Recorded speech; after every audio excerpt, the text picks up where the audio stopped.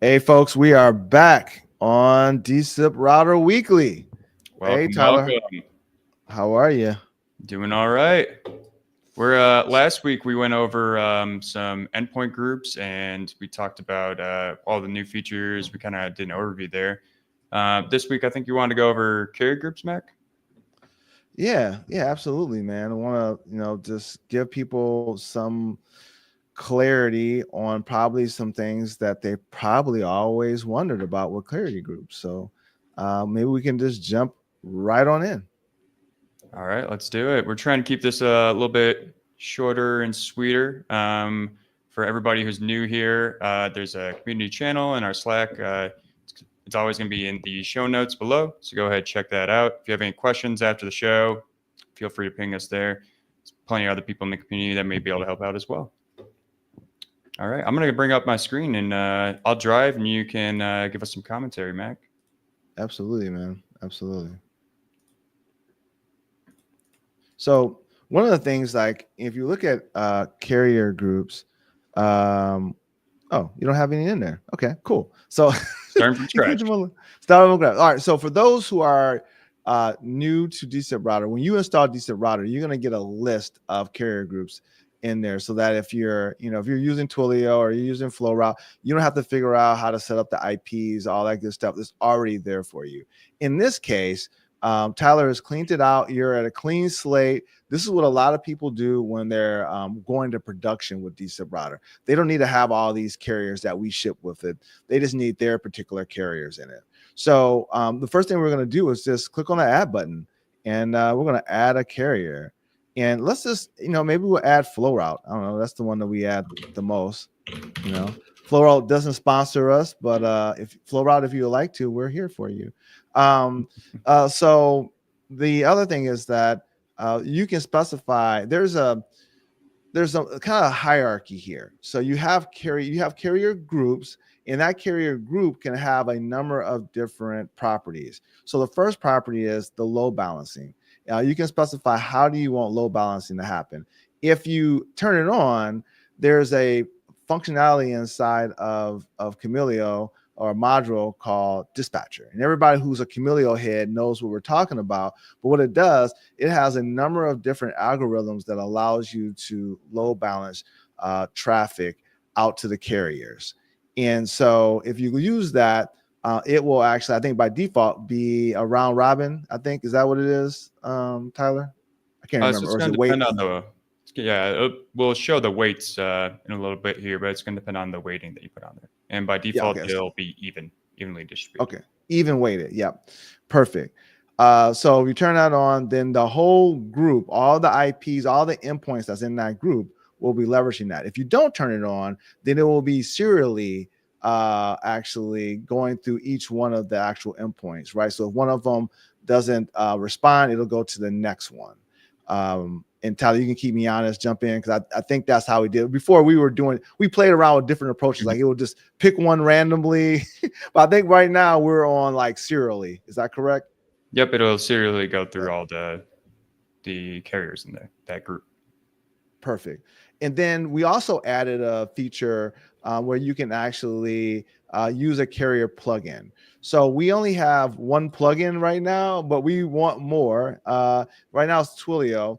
Obviously, we're going to be using FlowRoute, but if you're using the Twilio one, you would just put in an API key.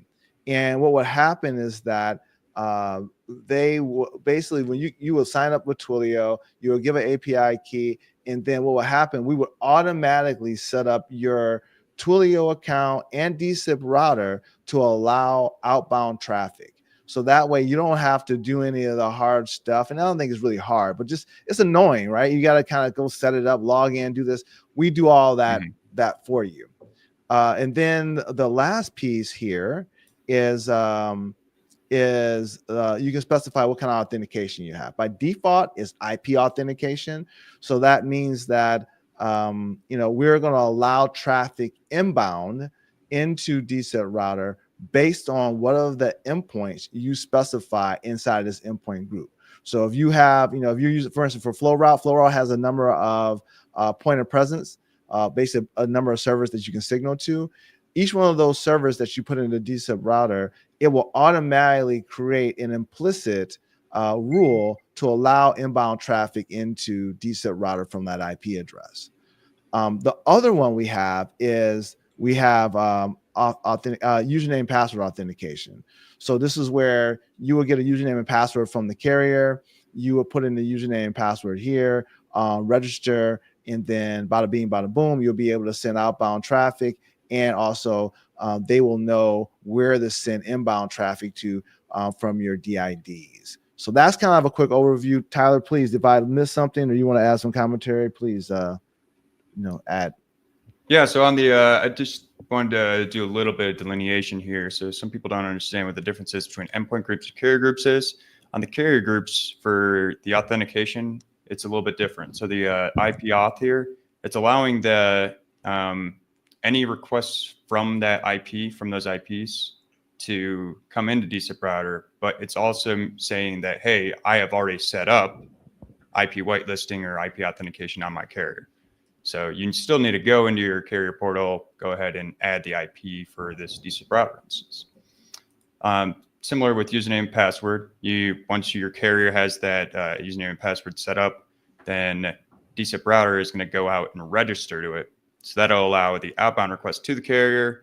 And it's when the requests come from the carrier, it's going to look and say, hey, am I registered to this carrier? Or do I have a registration that's still active? And if it finds this registration, then it'll say, okay, I'll let that in. So that's a little bit different from how the endpoint groups go. Because the endpoint groups, it's only requests coming into dSIPRouter. There's no extra registration out.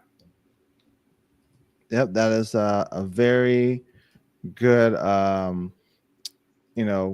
point to lay out. I think one of the things I want to point out also is that if you got feedback on what we should be doing or how we should be adding or what we should be doing around just carrier groups in general, I guess just let us know. Go into our Slack channel, which the actual link will be posted in the show notes, and this let us know, because we're definitely open to different approaches and all that good stuff. So we'll keep IP off for right now. That's fine. All right. Boom. So we got our carrier group now. Let's go set up our carriers. Yep. So let's click on it and we'll edit it. And so I'm just going to go through the tabs really quickly. So, authentication, we already just talked about that, but you can change from IP to username and password if you want to, right? And then you have the config here, and then the config is just basically the name of this endpoint group, and then also you can change how you want load balancing to happen, right? So we'll just keep it as using the load balancing capability. I guess the enhanced load balancing capability. There you go. And then endpoints. So this is where you can actually add the IP address of your endpoints there. So if you click the add button, and then you can put in a friendly name. You can just you can make something up. There you go. Yeah. We'll pretend that's an IP or a host name. I'm not going to go look up the flow route ones. No problem. Right, for sure. And then here you can specify. We have a couple of different parameters that you can specify.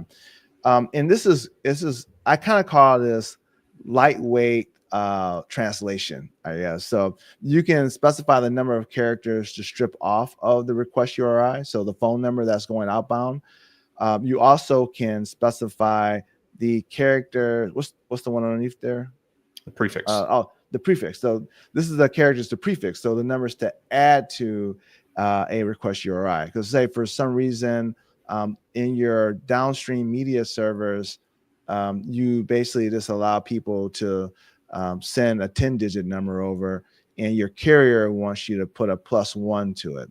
So this will be a place where you would add a +1. Yeah. I also want to point out that there's some carriers that will require tech prefixes, and that just kind of identifies you under a certain domain or as a certain user sending that request. So that's a good place to put it as well. You can use your tech prefixes there. And then same coming in, you could strip off that tech prefix when it comes inbound. Absolutely. And then the last thing is how much traffic is allocated to this carrier endpoint. So you can specify the number of outbound calls you want this particular endpoint to be able to take, so or be able to handle. I know this So this is feature was something equivalent to the you weight. okay. Yep. Got you. Yep. So we're kind of beta testing the endpoint group, the new layout there, and I think we're going to kind of fix this up to be that same one, but this is the old format. So this is just the same thing. It's the weight. So if I give it, it's a relative weight. If I give it a 1 and the other carrier has a 1, they both have half.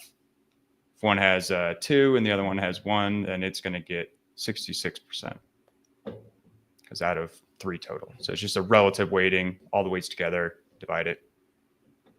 Got it. And I think this is, a lot of people had asked for this whole weighting approach, because there are situations where right now, maybe in this particular carrier group, we are, we're putting, we could put all the flow route endpoints in here, but you don't have to do it that way. You could make the carrier group maybe more like a group of different carriers inside of a carrier group. You could say, hey, these are my carriers for the US, for example. And then you can you can specify if you use an IP off. It gets a little more trickier if you do username and password off, because the username and password off applies to all of the members inside of that particular carrier group. So, but if you're using IP off, you could have carriers from Flow Route, from Voice Innovations. You could have some from Twilio. So you could all have these in one carrier group, and then you could use this relative weight that Tyler's talking about to specify how many calls basically each one of these receive. So I don't know, Tyler, have you seen customers lay out this way, or is it primarily more like one individual carrier per carrier group? Yeah, it's usually a specific carrier group. People will, if they need to do the load balancing, they'll have to do it with IP auth, because you can't have different registration credentials with that. So that's kind of like the inbound routes. We started adding more features there first. The outbound routes don't have an implicit like failover to another carrier group. So that'd be something that we would add in the future, but you can find ways to make that work with the configurations. You're just going to have to use IP auth so that they all can connect without having to use different registration credentials. And then you can have whatever host, in here that you would like. Yeah. And I think this is pretty dope. I mean, I think this is one of the, to me, I guess I'm biased a little bit. I think this is a killer feature, because, in order to do this, if you were just like, let's compare it real quick. If you were going to go download Kamailio by yourself and try and configure this, it will take you a while to get this kind of going, especially if you're new to Kamailio. Literally, you can install these. I just timed it, Tyler, the last couple of days ago. I have a new video coming out on like the installation of 7.6, and it was 12 minutes. So you can, in 12 minutes, you can get it up. And then what we're doing here, we're on the phone for 13 minutes, right? And we're going through a lot of stuff, but you literally can get this going in like 30 minutes and start routing traffic to your carrier. So I think this is super dope. So anyway, back to the plan and action.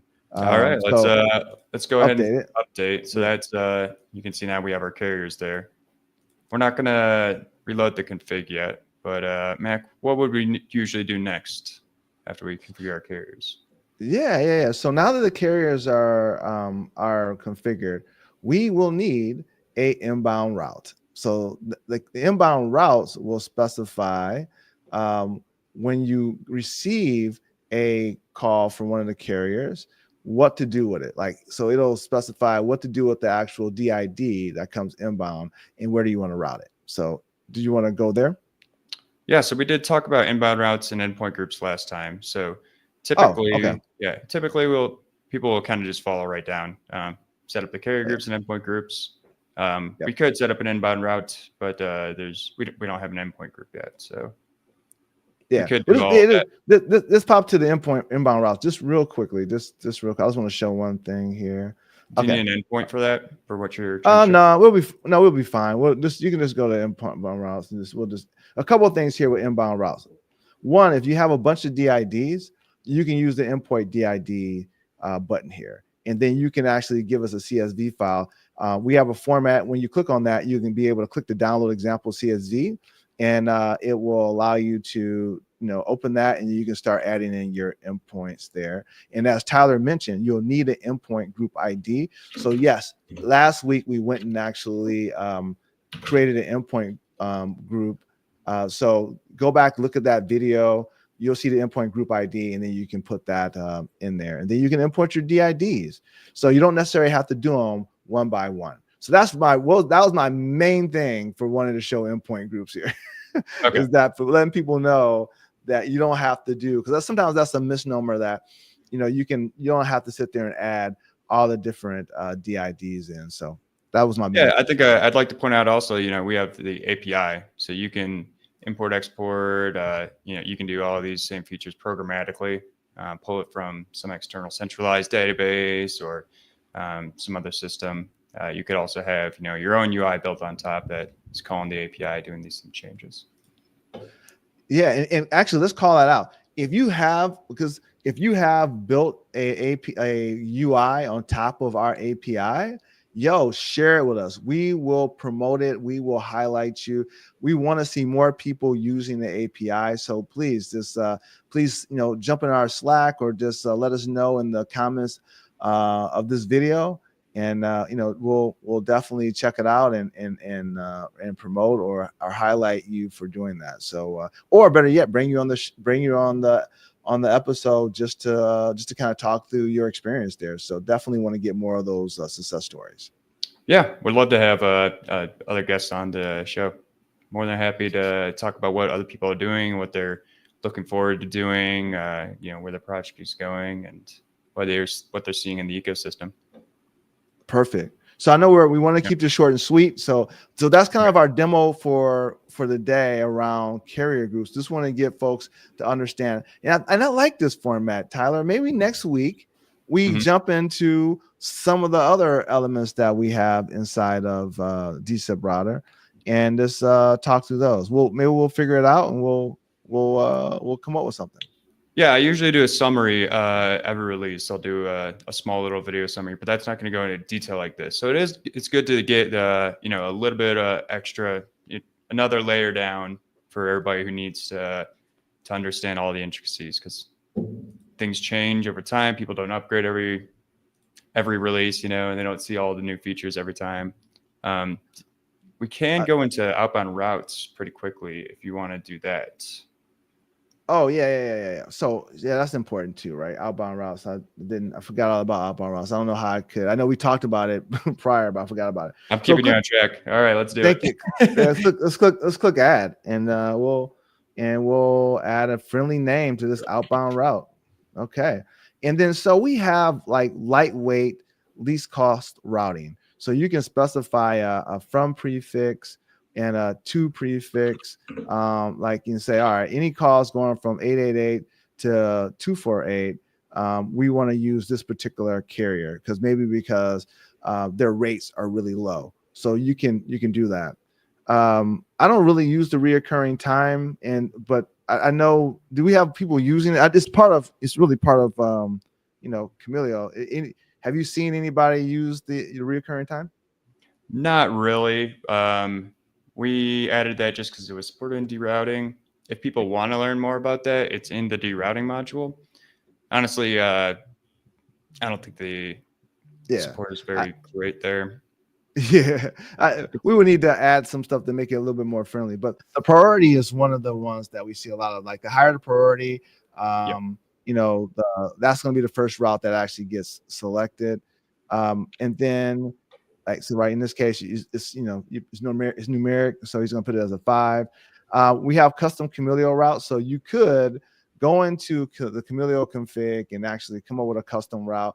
It would actually show up here, and you can select it. That's more for advanced users. If you have questions around that, please hit us up in our Slack and we can talk more about that. And then last but not least, you can specify the carrier group in which you want this call to go out. So we just created a carrier group called Flow Route, and that would be the carrier group that it would go out. But all the carrier groups will be there, and you will be able to specify the one that actually fits around what you're trying to do. So yeah, I do want to call out that this is just a little bit different than inbound routes. It's on an older format, so you're specifying the carrier group here, but the load balancing, enabling that and disabling that, it's on the toggle on the carrier group. So in inbound routes, there's actually a different route there that'll say LB, means load balancing.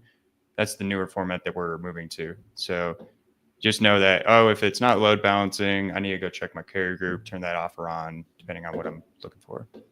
I'll put a couple links for advanced users that want to read more about the recurring time and derouting and priority matching and the custom routes. Put those in the show notes for anybody who wants to dig further into that. Yeah, thank you. This is great. Thank you for keeping me on track with the outbound routes. Totally forgot, but this is great. I think we'll stop it here. Tyler, anything you're excited about for this week? Let's see. So we are doing our code cutoff on Tuesday. So that means that we got another round of final QA testing, and then we're going to be shipping the release. So it should be probably the Tuesday after that is going to be our next release. Look forward to that. Like I said, I'll have a summary. We'll post that video. We'll have the changelog and everything. All this stuff will be updated. And yeah, just look forward to some of the new changes that we got in there. I'm pretty excited for the new auth module. That's going to be pretty exciting. LDAP integration in multiple users. Yeah, I'm super excited about that too. For me, just did some work around real-time DB. So I'm super excited. Yeah. I'm gonna try and get that QA'd and get in as well. So definitely want to do something around that because also want to hear if people are using it real-time DB. We don't hear a lot about it. It's been in the product for a long time, and we don't hear a lot about it. So maybe us doing a talk about it, that'll get people thinking about it, because I think a lot of people, I don't know if people still see Asterisk as a way to build scalable systems, simply because it's not intuitive on how you would scale the Asterisk configuration. So I just think sometimes people just need a reminder, or they just need to understand how it will work. And I think that's something that a video will probably do it justice. So maybe we'll come back, we'll create a video, and then I'll come back, give a highlight on the weekly show about it, just to get people up to speed on it. Yeah, but I did the initial build on that one, and we've done quite a few different centralized builds and scaled Asterisk deployments. So I think people aren't utilizing it because they just don't understand like the capabilities and what you're getting out of it. And when you're starting to scale up your media servers, that can be pretty important. So yeah, I think I'm looking forward to that video. Yeah, for sure. So, all right, folks, have a great weekend. We will talk next week. All right. See you guys.